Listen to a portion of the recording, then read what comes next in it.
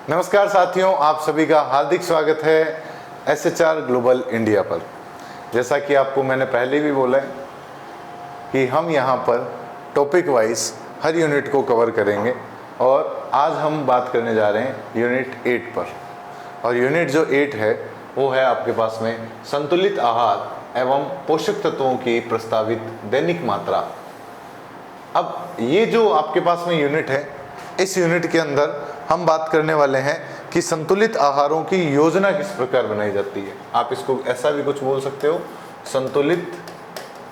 संतुलित आहार की यूनिट का नाम क्या है? संतुलित आहार की योजना बनाना।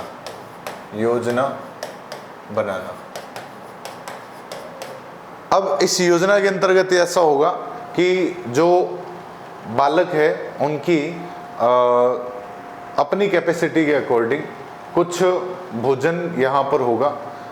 वयस्कों के लिए एक फिक्स पर्टिकुलर कैपेसिटी के अकॉर्डिंग भोजन की कुछ मात्रा होगी, क्वांटिटी होगी।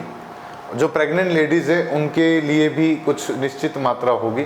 तो सभी आयु वर्ग के लिए और सभी अलग अलग डिफरेंट जो वर्ग है, बाल्यावस्था, शिशुवावस्था, बाल्यावस्था और युवावस्था, वयस्क, वृद्ध, है ना, इन सभी के लिए भोजन की अलग अलग मात्राएं जो है वो जरूरी होती है। और भोजन जो है, जैसा कि हम बार बार पढ़ रहे हैं, भोजन एक संतुलित आहार होना चाहिए। संतुलित आहार ही हमारे शरीर के लिए बहुत उपयोगी साबित होगा, क्योंकि एक स्वस्थ शरीर में एक स्वस्थ आत्मा का निवास होता है। यही बातें हम पिछले 7 यूनिटों से करते हुए आ रहे हैं। इसी टाइप से, इसी क्रम में आज की यूनिट जो 8 है, इसके अंदर फिर से बात की जाती है कि हम हर परिवार में आयु, लिंग तथा कार्य करने की क्षमता वाले अलग अलग व्यक्ति होते हैं, जिनके काम करने की कैपेसिटी भी अलग अलग होती है। तो उनके पोषण की आवश्यकता भी क्या होगी बेटा? अलग अलग। जरूरी नहीं है कि सभी को भूख एक जैसी लगे, सभी को पोषण एक बराबर मिले। सभी को अपने शरीर के अकॉर्डिंग जो पोषण की आवश्यकता, जो नीड है, वो क्या होती है? अलग अलग होती है। अतः भोजन की जो योजना है, जिसको आहार नियोजन के नाम से जाना जाता है, वही जो अपना चैप्टर का नाम है, आहार नियोजन करते समय निम्न बातों का ध्यान रखना जरूरी है। ये बातें कौन कौन सी हैं? पौष्टिक आहार और संतुलित हो। सबसे मेन बात क्या है? संतुलित भोजन हो। कैसा भोजन हो? संतुलित भोजन हो। पौष्टिक आहार मतलब आहार पौष्टिक होने का मतलब उसमें समस्त कार्बोहाइड्रेट, वसा, विटामिन्स, है ना, और जितने भी खनिज लवण हैं उन सभी का एक बैलेंस बना हुआ हो। सभी खाद्य वर्गों को आहार में सम्मिलित किया गया हो। सामर्थ्य अनुसार सुलभ एवं स्वीकार्य हो, मतलब सभी के रीच के अंदर हो ऐसा भोजन। ऐसा नहीं है कि उस भोजन के लिए आपको ज़्यादा पैसे लग रहे हों, ठीक है। सभी की रीच के अंदर होना चाहिए, सभी की पेएबल कैपेसिटी के अंदर ये बातें होनी चाहिए। साथ ही साथ में संतुलित आहार की डेफिनेशन, वह आहार जिसमें सभी पोषक तत्वों को उचित मात्रा में सम्मिलित किया जाए और शरीर की आवश्यकताओं को पूरा करे, इस प्रकार का जो भोजन है ये आपका संतुलित आहार कहलाता है। और संतुलित आहार में विभिन्न खाद्य वर्गों जैसे अनाज, दालें, फल, सब्जियां, दूध और जो वसा, तेल, शर्करा आदि का समावेश होता है। और जो मांसाहारी व्यक्ति होते हैं या नॉन वेजिटेरियन व्यक्ति जो होते हैं, उनके लिए यहाँ पर मांस तथा अंडों का भी रोल जो है वो होगा। साथ ही साथ में संतुलित आहार के लाभ, वही शरीर जो है वो हष्ट पुष्ट बना रहेगा, शरीर जो है वो स्वस्थ रहेगा, व्यक्ति मानसिक रूप से भी बहुत ज़्यादा स्ट्रॉन्ग रहता है, ठीक है। शरीर को ऊर्जा प्रदान करता है, शरीर के वृद्धि और विकास के अंदर ये सहायक होता है, शरीर की कार्य क्षमता को बढ़ाता है, हमारे कार्य करने की कैपेसिटी जो है वो इंक्रीज हो जाती है, ठीक है। ये सब आपके संतुलित आहार के लाभ है, जो कि हमने पिछली यूनिट के अंदर भी इन बातों को डिटेल में डिस्कस किया था कि मानसिक रूप से किस प्रकार से भोजन जो है, भोजन तथा उसके कार्य, उसके बारे में हमने उस यूनिट के अंदर पढ़ा था। आइए नेक्स्ट, रोगों से लड़ने में क्षमता बढ़ाता है। ये तो बात सही सी है। संतुलित आहार की आवश्यकता को प्रभावित करने वाले कारक क्या क्या है? एक तो होती है आयु। विभिन्न आयु वर्गों के जो लोग हैं वो भोजन की कैपेसिटी जो है उनकी क्या होगी? भोजन करने की कैपेसिटी भी अलग अलग होगी, ठीक है। शिशु, किशोर, वृद्ध सभी की पोषण की आवश्यकताएं अलग अलग होती है। तो पहला तो क्या है? आयु। दूसरा है आपके पास में लिंग। तो यहाँ पर पुरुष तथा स्त्री इनकी आवश्यकताएं अलग अलग होती है, तो उसके अकॉर्डिंग भोजन की रिक्वायरमेंट भी क्या होगी बच्चों, अलग अलग होगी।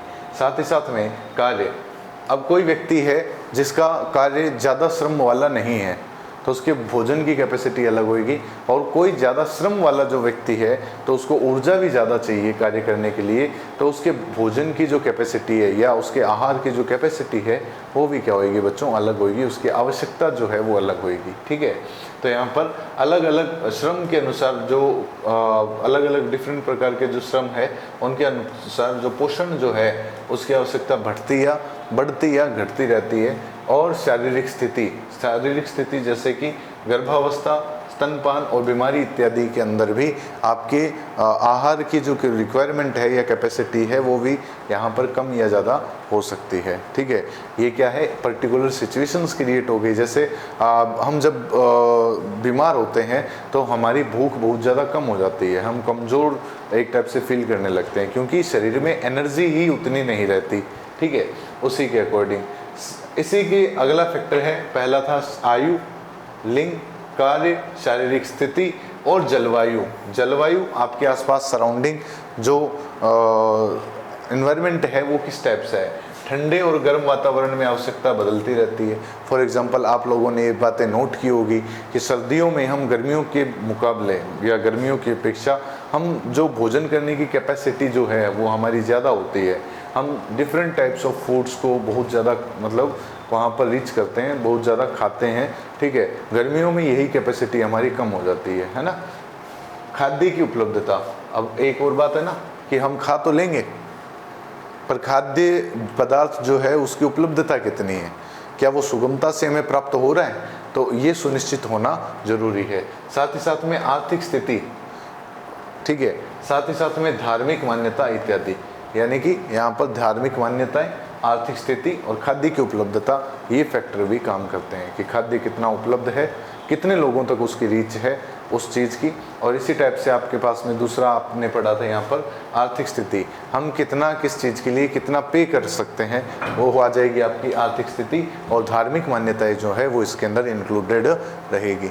साथ ही साथ में अगला जो पॉइंट रहेगा वो आपके पास में है प्रस्तावित पोषक तत्वों की दैनिक मात्रा, आरडीए। आरडीए क्या होता है, एक न्यूनतम कैपेसिटी होती है या न्यूनतम मात्रा होती है जो कि शरीर की सामान्य आवश्यकताओं को पूरा करती है। और ये जो शरीर की सामान्य आवश्यकता है इसकी पूर्ति होने में आपके ये कम से कम मात्रा जो है वो आपके भोजन की रहेगी, जिससे कि आपका शरीर जो है उसकी सामान्य आवश्यकताएं पूरी हो सके, हम श्रम कर सकें, हम कार्य कर सकें, हमारी शरीर की एनर्जी जो है वो बरकरार रह सके। साथ ही साथ में ICMR, भारतीय चिकित्सा अनुसंधान जो परिषद है, इसके द्वारा इसकी जो क्वांटिटी है उसको क्या किया जाता है बेटा, निर्धारित किया जाता है। आपके पास में एक इंडेक्स है, इस इंडेक्स के अंदर हम बात कर लेते हैं कि जो अल्प श्रम करने वाले व्यक्ति है और जिनकी आयु 19 से 39 वर्ष के बीच में है और ऊर्जा उनको चाहिए 2320 किलो कैलोरी पर डे, मतलब ऐसा व्यक्ति जो कम श्रम करता है तो उसके लिए एनर्जी की रिक्वायरमेंट है 2320 किलो कैलोरी पर डे, और प्रोटीन उसको चाहिए 54 ग्राम पर डे, 54 ग्राम पर डे जो है उसको प्रोटीन की रिक्वायरमेंट रहती है। आपके पास में मध्यम श्रम करने वाला जो व्यक्ति होता है जिसकी आयु 19 टू 39 वर्ष है, उसके लिए 2731 किलो कैलोरी पर डे से आपके पास में ऊर्जा जो है वो रिक्वायर्ड रहती है। और इसी टाइप से जो प्रोटीन है वो 60.1 जो है वो आपके पास में ग्राम पर डे आपके पास में होना चाहिए। और जो सबसे ज़्यादा श्रम करते हैं, जो अत्यधिक श्रम करने वाले व्यक्ति है, उनके लिए एनर्जी रिक्वायरमेंट रहती है वो 3490 किलो कैलोरी पर डे रहती है। और इसी के साथ साथ में और जो प्रोटीन की रिक्वायरमेंट है वो 66 ग्राम पर डे यहाँ पर रिक्वायर्ड है, जो कि ICMR के द्वारा यहाँ पर निर्धारित की जाती है। इसी के साथ साथ में जैसा कि आपको बोला गया, आप स्क्रीनशॉट लेते रहिएगा ताकि ये जो सुव्यवस्थित नोट्स है ये आप तक पहुँच सके। तो अपन चलते हैं नेक्स्ट पेज पे। ठीक इसी प्रकार एक जो वयस्क महिला है उसके लिए यहाँ पर आपको दे रखा है जो अल्प श्रम करते हैं, मध्यम श्रम करते हैं और अधिक श्रम करते हैं, जिनकी आयु 19 टू 39 वर्ष है, यानी 19 से 39 वर्ष है, उनके लिए, अल्प श्रम करने वाले के लिए 1900 kilo calorie per day energy की रिक्वायरमेंट होती है और प्रोटीन चाहिए 46 ग्राम। साथ ही साथ में मध्यम श्रम करने वाले को चाहिए 2230 किलो कैलोरी पर डे और 52 ग्राम प्रोटीन उन्हें पर डे चाहिए। और साथ ही साथ में अधिक श्रम करने वाले जो हैं उनको 2850 किलो कैलोरी एनर्जी की रिक्वायरमेंट रहती है और 55 ग्राम प्रोटीन जो है वो पर डे की रिक्वायरमेंट रहती है। साथ ही साथ में बात कर लेते हैं शिशु और बाल, जिनकी आयु 0 से 6 माह है, उनको 79 kilo calorie per day energy की रिक्वायरमेंट है। प्रोटीन चाहिए 1.16 ग्राम पर केजी BW। साथ ही साथ में 6 to 12 आपके पास में मंथ्स के जो चाइल्ड्स होते हैं उनके लिए 86.2 kilo calorie per day energy की रिक्वायरमेंट रहेगी और प्रोटीन उनके लिए रिक्वायर्ड रहेगा, वो रहेगा 1.69 आपके पास में ग्राम पर केजी BW। साथ ही साथ में 1 to 3 ईयर के जो चाइल्ड्स होते हैं उनके लिए 1060 किलो कैलोरी पर डे आपको एनर्जी रिक्वायरमेंट रहती है और प्रोटीन चाहिए 1.05 और 4 to 6 ईयर के जो चाइल्ड्स होते हैं उनके लिए 1350 किलो कैलोरी पर डे आपको एनर्जी की रिक्वायरमेंट रहेगी। साथ ही साथ में 1.02 ग्राम जो आपके पास में प्रोटीन है वो आपको पर डे की रिक्वायरमेंट है। अब बात कर लेते हैं किशोरावस्था की, युवावस्था की, है ना। किशोरावस्था मतलब 13 से 15 वर्ष और 13 से 15 वर्ष लड़के और लड़कियों के लिए इनकी रिक्वायरमेंट जो है वो 2750 और 2330 यहाँ पर जो क्रमशः ऊर्जा जो है किलो कैलोरी पर डे रहने वाली है और प्रोटीन जो है वो 54 और 57 आपके पास में ग्राम पर डे जो है वो क्रमशः रहेगा लड़के और लड़की के लिए। अब यहाँ पर बात करते हैं नेक्स्ट बात अपन कर रहे हैं यहाँ पर कि जो ऐसी लेडी है जो कि अपने बच्चों को स्तनपान करवा रहे हैं या फिर जो प्रेग्नेंट लेडीज है उनके लिए बात करते हैं, तो उनको एनर्जी चाहिए 350 अतिरिक्त का मतलब जो आपके यहाँ पर एक महिला को जो एनर्जी चाहिए थी, अगर उसकी 19 to 39 वर्ष उसकी आयु है और वो अल्प श्रम कर रही है तो उसकी एनर्जी कितनी थी 1900 किलो कैलोरी। तो आप 1900 किलो कैलोरी के अंदर पर डे में आप कितना ऐड कर दोगे बच्चों, उसमें आप ऐड कर दोगे 350 और ऐड कर दोगे, उसमें आप कितना ऐड कर दोगे 350 और ज़्यादा ऐड कर दोगे, ये इतना अतिरिक्त चाहिए। अब बात आती है यहाँ पर कि सर अगर वो मध्यम श्रम कर रही है तो भाई साहब आप इसके अंदर 350 को ऐड कर दो और अगर वो अधिक श्रम कर रही है तो आप 2850 में उसको ऐड कर सकते हो, ठीक है। तो ये रहेगा। और जो स्तनपान करा रही है महिला, जिसका जो बच्चा है वो 0 to 6 माह यानी 0 से 6 माह का है, तो उन्हें 600 किलो कैलोरी जो ऊर्जा है वो अतिरिक्त चाहिए और 6 माह के बाद का अगर कोई बच्चा है तो उनको 520 जो है वो एक्स्ट्रा एनर्जी यहाँ पर रिक्वायर्ड रहेगी उसकी कैटेगरी के अकॉर्डिंग। अगर वो ज़्यादा श्रम कर रही है, मध्यम श्रम कर रही है, अल्प श्रम कर रही है, उसके अकॉर्डिंग। प्रोटीन जो है, प्रोटीन अगर आपके वहाँ 46 था तो 23 अतिरिक्त चाहिए, ठीक है, प्रेग्नेंट लेडीज़ को। और ये इन कैटेगरी वाइज प्रोटीन जो है वो ऐड होता जाएगा, 23 हो सकता है, 19 हो सकता है, 13 हो सकता है। ये जब 0 to 6 माह और ये 6 माह के बाद और ये शुरुआत के अंदर, ठीक है। तो ये प्रोटीन की रिक्वायरमेंट रहेगी ग्राम पर डे में, अतिरिक्त एक्स्ट्रा प्रोटीन जो है वो इसमें ऐड हो जाएगा इस कैटेगरी और इस कैटेगरी को मैच करके। कैसे कि अगर कोई प्रेग्नेंट लेडीज़ है उसको प्रोटीन चाहिए 23 एक्स्ट्रा ग्राम, ठीक है, 23 ग्राम एक्स्ट्रा। अगर वो मध्यम श्रम करने वाली है तो 52 प्लस 23 हो जाएगा। अगर वो लेडी अधिक श्रम करने वाली है तो 55 प्लस 23 हो जाएगा। ओके, तो इस टाइप से आप इसको मैच कर सकते हो। नेक्स्ट अगली बात कर ली जाए तो जीवन के लिए विभिन्न चरणों में आवश्यक प्रमुख पोषक तत्व जो है वो आपको इस तालिका के अंदर दिए हुए हैं। जैसे शिशुअवस्था, शिशु होता है तो उसकी बात की जा रही है, तो यहाँ पर ऊर्जा चाहिए, प्रोटीन चाहिए, कैल्शियम, लोह तत्व मतलब फेरस चाहिए, आयरन ब्लड के लिए, विटामिन ए और सी चाहिए, कौन कौन से विटामिन चाहिए? विटामिन ए और सी। इन सभी की अपन ने बात की थी पिछले चैप्टर में कि विटामिन सी का क्या कार्य, ए का क्या कार्य, कहाँ से मिलता है, और इसी के साथ साथ में आपके कैल्शियम और लोह फेरस का क्या कार्य है, कैसे अवशोषित होता है, इन सभी के डिस्कशन हमने लास्ट यूनिट के अंदर किया था। ठीक है, तो अब आपका ये कॉन्सेप्ट तो क्लियर रहना चाहिए। ऊर्जा की रिक्वायरमेंट किससे पूरी हो जाएगी? कार्बोहाइड्रेट से, है ना।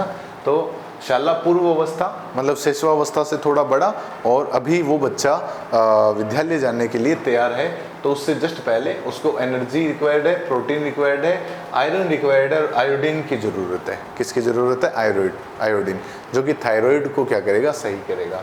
स्कूल जाने वाले बच्चों के लिए एनर्जी चाहिए, प्रोटीन चाहिए, कैल्शियम चाहिए, विटामिन ए एंड सी चाहिए।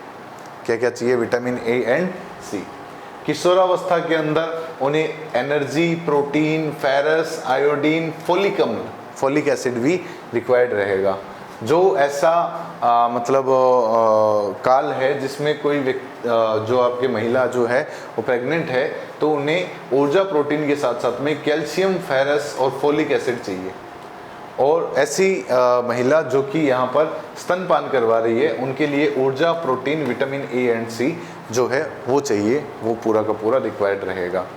आहार नियोजन करते समय कुछ बातें जो है वो ध्यान में रखनी चाहिए।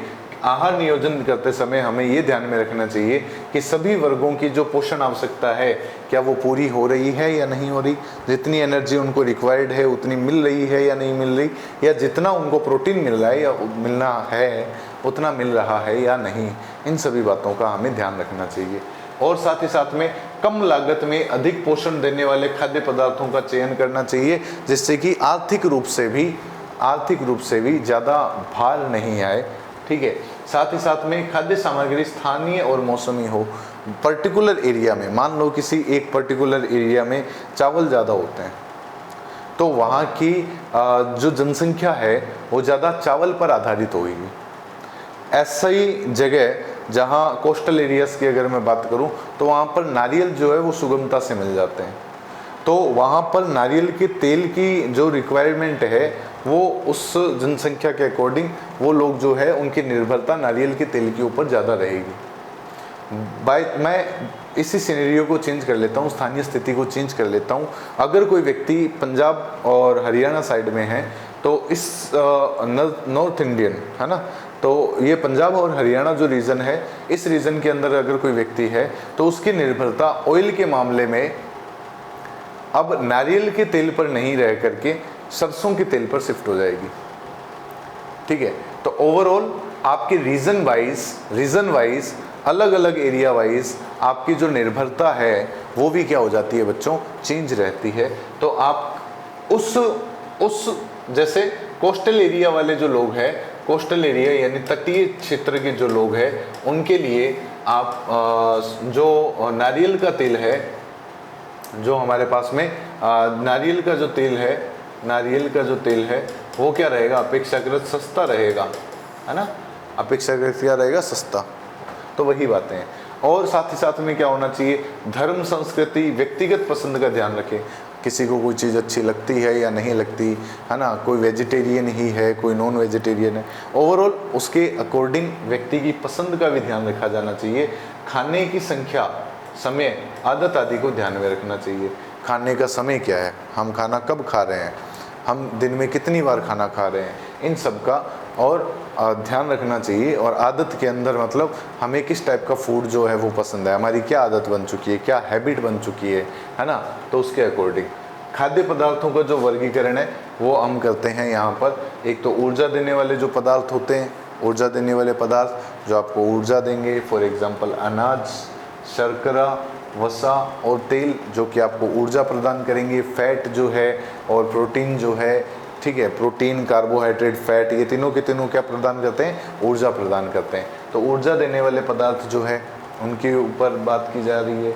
और गठन करने वाले पदार्थ का मतलब यहाँ पर रहेगा, स्क्रीनशॉट लेते रहना बच्चों, आपको बार बार बोला जा रहा है इस बात के लिए। गठन करने वाले पदार्थ कौन कौन से होते हैं? दूध, अंडा, मांस, दाल, सोयाबीन, अंकुरित अनाज, इन पदार्थों को क्या बोला जाएगा, जो गठन के अंदर सहायक होंगे, रक्षा करने वाले पदार्थ जैसे फल, सब्जियां, हरे पत्तेदार सब्जियां, विटामिन और खनिजों से भरपूर खाद्य पदार्थ। आपको यहाँ पर एक चार्ट दिया हुआ है। आहार में विविधता होनी चाहिए, आहार में विविधता, रंग, बनावट, सुवास, विभिन्न खाद्य पदार्थों का प्रयोग हमें करना चाहिए। अलग अलग अनाजों को हमें इंक्लूड करना चाहिए हमारे भोजन के अंदर, जिससे कि समस्त पोषक तत्वों की जो यहाँ पर निर्भरता है, हमारी जो निर्भरता है वो समस्त पोषक तत्वों पर रहे और उन सभी समस्त पोषक तत्वों की जो रिक्वायरमेंट है वो हमारी पूरी हो सके। साथ ही साथ में विभिन्न पाक विधियों का प्रयोग, अलग अलग टाइप से हमें भोजन को बनाना चाहिए। तो अलग अलग टाइप से आप भोजन को बनाने के जो तरीके हैं उनसे हो सकता है, जैसे दलिया नॉर्मल बनाया जा सकता है या दूध के साथ में बनाया जा सकता है ना, एक मीठा हो सकता है, नमकीन हो सकता है। तो अलग अलग विधियों का उपयोग करके आप इस चीज़ों को सुनिश्चित कर सकते हो। खाद्य सजावट, है ना, ड्राई फ्रूट्स का अपन यूज़ कर लेते हैं खाद्य की सजावट वगैरह, ठीक है। तो ये है हमारे मतलब दिखने में जो खाद्य पदार्थ है या जो हमारा भोजन है वो बहुत ही ज़्यादा आकर्षक लगना चाहिए। खाद्य सजावट का मतलब, अगर आप जैसे फॉर एग्जांपल कोई भी खाना खा रहे हो तो उसको जिस टाइप से आपने बनाया है, अलग अलग विधियों से आपने बनाया है, तो उसके अकॉर्डिंग दिखने में वो खाद्य पदार्थ ऐसा हो कि एक लालसा जो जागती है ना खाने की, तो वो हमेशा जागती रहनी चाहिए, अट्रैक्टिव हो। कैसा हो? अट्रैक्टिव हो, ठीक है। साथ ही साथ में आपके पास में है संतुलित आहार नियोजन में शामिल कारक। अब ये कारक कौन कौन से हैं कि जो खाना जो है वो आपके कैसा है, पौष्टिकता की दृष्टि से पर्याप्त होना चाहिए। साथ ही साथ में आर्थिक पहलू जो है वो इसको निर्भर करेगा इसके ऊपर। फॉर एग्जांपल पौष्टिकता की दृष्टि से पर्याप्त जो है कि कोई भी फैमिली की अगर अपन बात करें, किसी भी फैमिली में किसी भी आयु वर्ग और लिंग के जो व्यक्ति रह रहे हैं, उनकी प्रवृत्ति के जो लोग हैं वो एक साथ में निवास करते हैं। नॉर्मल सी बात है, हमारे घर के अंदर हम अलग अलग आयु के लोग हैं, अलग अलग लिंग के लोग हो सकते हैं, है ना, और हमारी इच्छाएं और हमारी जो प्रवृत्तियां हैं वो अलग अलग हो सकती है, जिसके पोषक तत्व की आवश्यकताएं भी भिन्न भिन्न हो सकती है। नॉर्मल सी बात है, अलग अलग कार्य क्षमता के लोग हमारे घर में मौजूद है, तो उनके पोषक तत्वों की जो क्षमताएं हैं वो भी क्या रहेगी, अलग अलग रहेगी। इसीलिए प्रत्येक व्यक्ति को पोषक तत्वों की प्रस्तावित दैनिक आवश्यकताओं के अनुरूप संतुलित भोजन करना चाहिए। संतुलित भोजन करने वाला व्यक्ति हमेशा स्वस्थ रहता है। कैसा रहता है? स्वस्थ रहता है। नेक्स्ट आगे की बात की जाए, आर्थिक पहलू। किसी परिवार में आर्थिक परिस्थितियां जो है वो भोजन के प्रकार और मात्रा को निर्धारित करने के लिए एक महत्वपूर्ण पहलू होते हैं। तो यहाँ पर आर्थिक फैक्टर तब आकर के रुक जाता है जब हमारे दैनिक जीवन में आने वाले भोजन तक व्यक्तियों की रीच जो है वो नहीं हो पाती और उसकी वजह से वो पोषण से भी दूर रहते हैं। जैसा कि हमने यूनिट पहले वाली यूनिटों में, फर्स्ट यूनिट में और सेकंड यूनिट में किया था कि इसीलिए सरकार ने भी विभिन्न योजनाएं चला रखी है और उनके थ्रू ये सुनिश्चित किया जाता है कि सभी तक क्या उन योजनाओं का जो है वो लाभ प्रॉपर पहुंच रहा है या नहीं पहुंच रहा। तो इन्हीं बातों को ध्यान में रखा जाता है। तो एक सबसे बड़ी बात आती है आर्थिक परिस्थिति। आर्थिक परिस्थिति के लिए, और आर्थिक परिस्थिति में निम्न, मध्यम तथा उच्च आय वर्गों में विभाजित की जा सकती है, लोअर, है ना, मिडिल और अपर क्लास के अकॉर्डिंग। और सीमित आय वाले व्यक्तियों के लिए कम लागत पर पौष्टिक आहार खाद्य पदार्थों का चयन करना बहुत ज़्यादा जरूरी है ताकि उनकी जो पोषण की आवश्यकताएं पूरी हो सके। ज़रूरी नहीं है कि ज़्यादा से ज़्यादा फूड की क्वांटिटी ज़्यादा हो, है ना, क्वांटिटी यहाँ मैटर नहीं करेगी। यहाँ पर ये मैटर करेगा कि उस फूड के अंदर कितने ज़्यादा पोषक तत्व जो है वो मौजूद है। इसी के साथ साथ में जैसे फॉर एग्जांपल उदाहरण के लिए सस्ते जो खाद्य पदार्थ होते हैं, रागी हुआ, ज्वार, बाजरा, अनाज, चीनी के स्थान पर गुड़ तथा मौसमी के फल और सब्जी बिना अतिरिक्त लागत के पौष्टिक भाग को बढ़ाती है। मध्यम आय वर्ग के जो यहाँ पर दिखाई जा रहा है, तो यहाँ पर अनाज, दालें, दूध, फल, सब्जियां सम्मिलित हो सकती है और आय बढ़ने के साथ साथ में विभिन्न खाद्य पदार्थों का चयन भी सुविधा अनुसार किया जा सकता है। ये नॉर्मली बात है। हम अपने आय के अकॉर्डिंग जो है वो खाद्य पदार्थों का क्वांटिटी को भी निर्धारित करते हैं और साथ ही में उसका अंदर उनकी कैटेगरी को भी हमारी जो आय है वो इफ़ेक्ट करती है। ये जनरल सी बात है। नेक्स्ट है खाद्य स्वीकृति, व्यक्ति की पसंद। अब हम कई बार ऐसा होता है कि कोई चीज़ पसंद होती है और कोई चीज़ ना पसंद होती है। जो चीज़ ना पसंद है तो उसको एकदम मन मार करके खाया जाता है ना। तो वही बात है कि खाद्य की स्वीकृति और व्यक्ति की जो पसंद है, और यहाँ धार्मिक मान्यताएं, सामाजिक और सांस्कृतिक रीतियाँ जो है वो इसको इफेक्ट करती है। पदार्थों की स्वीकृति तथा अस्वीकृति पर प्रभाव डालते हैं खाद्य पदार्थों पर। और गर्भावस्था, व्रत, उपवास आदि ये किसके अंदर आ जाएंगे? व्रत उपवास किसके में आ जाएंगे? आपके पास में सांस्कृतिक और रीतियाँ इसके अकॉर्डिंग आ जाएंगी। सांस्कृतिक और रीति, कोई जो है वो फास्ट एकदम भूखा रह करके करता है, कोई जो फास्ट है वो कुछ फूड वहाँ पर ऐसा लिया जाता है जिसमें ऐसा बोला जाता है कि धान नहीं हो, है ना। तो उपवास के अंदर भी कुछ फूड को हम लेते हैं ताकि पेट में एक आधार जो है वो बना हुआ रहे। हाँ, खाद्य पदार्थों को निषेध कर दिया जाता है, ठीक है, कुछ खाद्य पदार्थों को, यानी सारों को निषेध नहीं करते, कुछ को। कुछ लोग क्या करते हैं कि उपवास के अंदर पूरा का पूरा ही खाद्य पदार्थों को लेने से मना कर देते हैं, है ना।